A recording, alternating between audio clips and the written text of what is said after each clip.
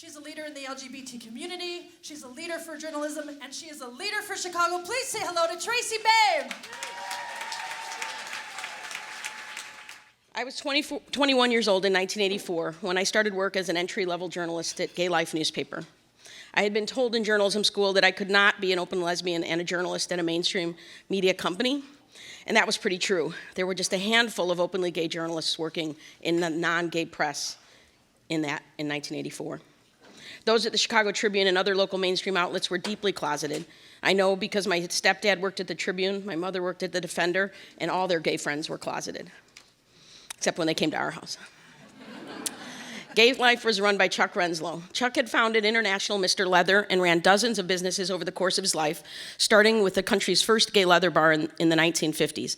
The GayLife offices were wedged between his Man's Country bathhouse and the Chicago Eagle Leather Bar, which he had sold. The same crew cleaned the GayLife offices and Man's Country, so once a week, the smells of hardcore chemical cleaners permeated our offices. It was horrible and nauseating.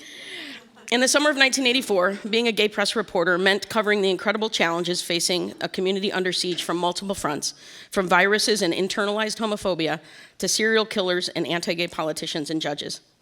In fact, sometimes it was several of those factors at once, as was the case with Larry Eyler. Eyler was gay and a serial killer. Famous Chicago journalist John Conroy wrote about Eyler in 1992 for the Chicago Reader, looking back at a troubled life, the death and destruction he caused, and the way he targeted the ones society wouldn't miss. But 16-year-old Danny Bridges was noticed, mainly because there were photos of him from TV interviews he had done about the sexual abuse of children. So when Bridges' body parts were found in garbage cans in a Rogers Park alley on August 21st, 1984, the media paid attention. Journalist Geraldine Kollerick wrote the book Freed to Kill about Eyler and his victims. And even though Eyler was convicted of Bridges' murder and is sentenced to death, there was a lot of unknown about him. Eyler's attorney, Kathleen Zellner, felt police were hiding information, including that Danny Bridges may have been set up by police to entrap Eyler. Eyler was already known to Chicago police, and Zellner wondered if Bridges was among other child prostitutes used to entrap pedophiles.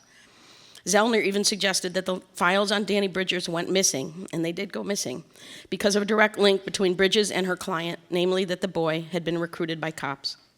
How did Eyler operate so freely in Chicago after he was known to kill? Mainly because he had always targeted people that society found disposable. This is so similar to today, when transgender women of color are murdered and the crimes are rarely solved, including in Chicago. On September 30th, 1983, Indiana State Police connected Eyler to the murder of Ralph Calise, whose body had been found 4 weeks earlier in Lake Forest, Illinois.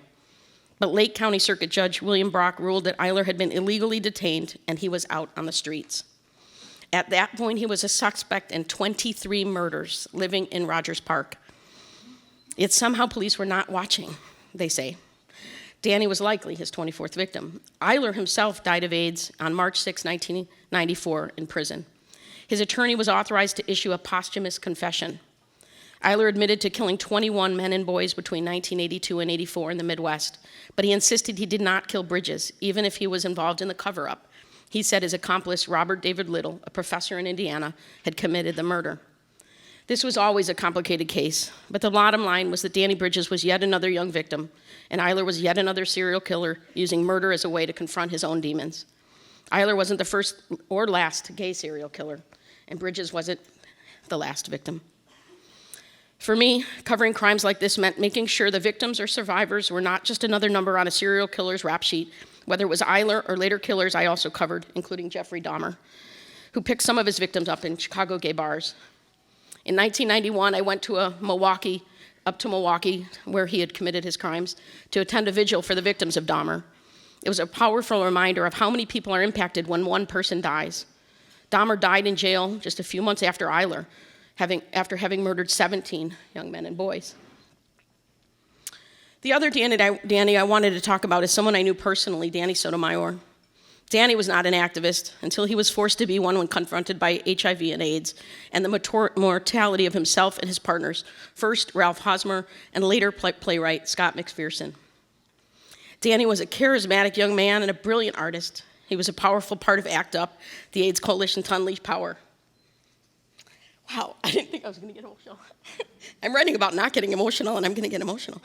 In fighting back against AIDS, ignorance, and bigotry, ACT UP's success was in large way attributable to the graphic designers and artists who created educational and iconic imagery such as the silence equals death buttons. Danny produced numerous posters and editorial cartoons that hammered home the crisis and took on big game: President Reagan, Senator Helms, and Mayor Richard Daley, M. Daley. He even took on fellow gays who he felt weren't doing enough or who were apologists. He was called the angriest queer for a reason.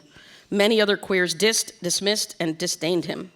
He'd been fired from other gay media by the time he started working for me, and I was the last local publisher to run his biting cartoons. Covering and working with Danny was like being in the eye of a storm. The edges could close in at any time. His life was on the line, and as with so many other young men I was covering, he was not much older than I was. He was new to activism, but took to it quickly and with a singular focus. He just didn't care who he pissed off. For me, a war zone mentality was in place. Get these guys' stories down before they died. And it was mostly guys then. There were also women, though, including transgender women. There were people of all colors impacted by HIV and AIDS, and the gay press of the 1980s were the main ones covering their full stories. Sometimes mainstream media got it right, but mostly they got it wrong, or ignored it, or were spreading bad information. When I took a photo of some of these individuals, we both knew it would be their last. And in some cases, they would say, "Use that photo for my obituary, Tracy." It was matter of fact and true. I never saw it as maudlin, and I never broke down crying until 35 years later. I saw it as my job to tell their stories, to show their faces, and just tell the truth. In 1990 interview with the Chicago Reader, Danny said, "All the guys I've known who have died, sometimes I can see and hear them when I'm hurting, or when I'm concerned about somebody who's sick. I try to recall them for guidance.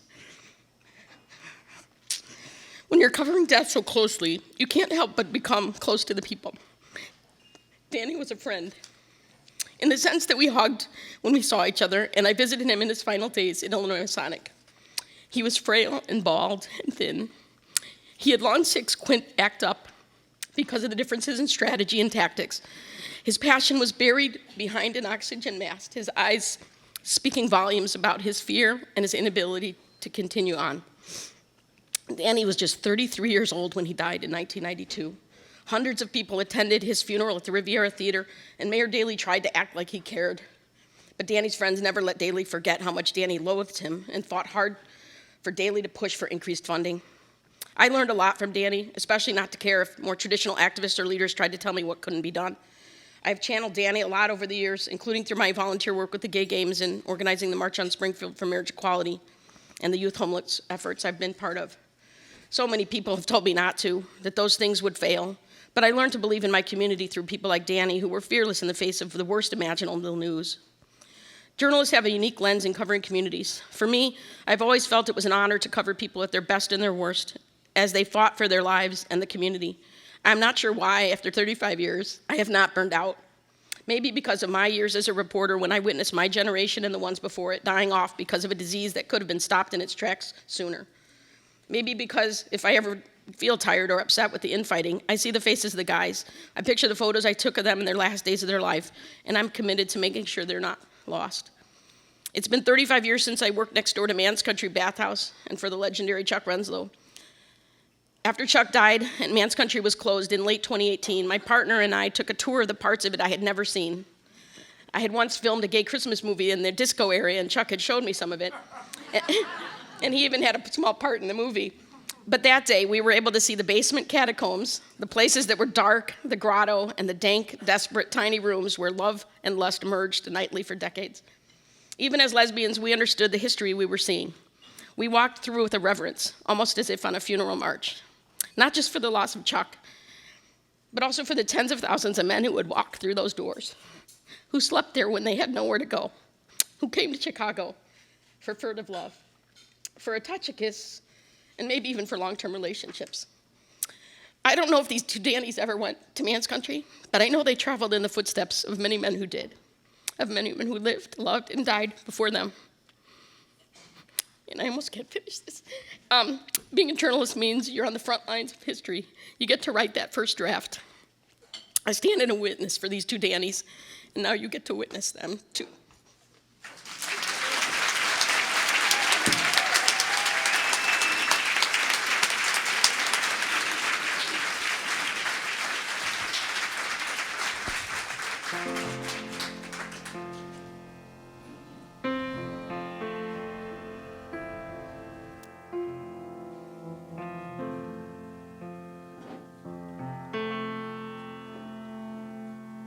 I'm alone in a world I cannot fight. Desperation rips me up inside. Does anybody care if I'm alive? Do you believe I deserve to die?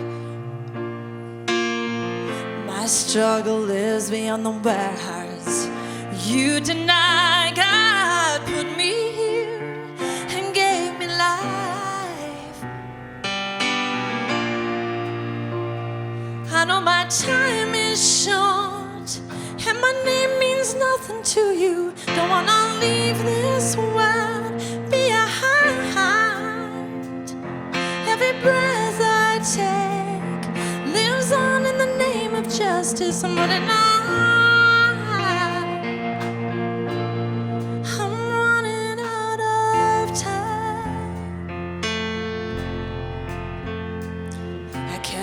With illness anymore. My legacy is greater than all we endure. Brothers, sisters, keep hope in store. I know my time is short and my name means nothing to you. Don't wanna leave this world.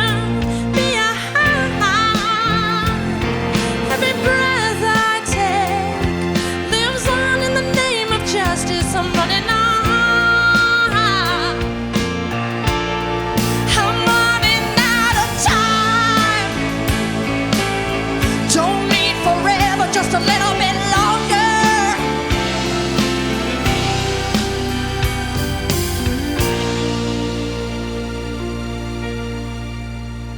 I know my time is short and my name means nothing to you. Don't wanna leave this world behind. Every breath I take lives on in the name of justice. I'm running out.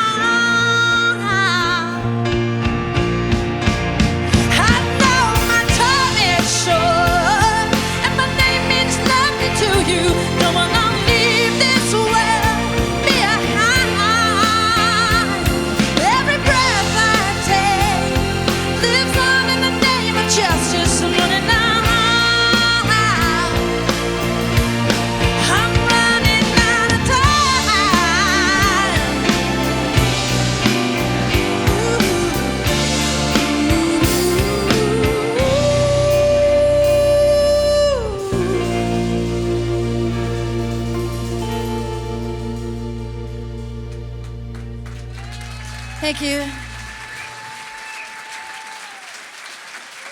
TRACY BAIM.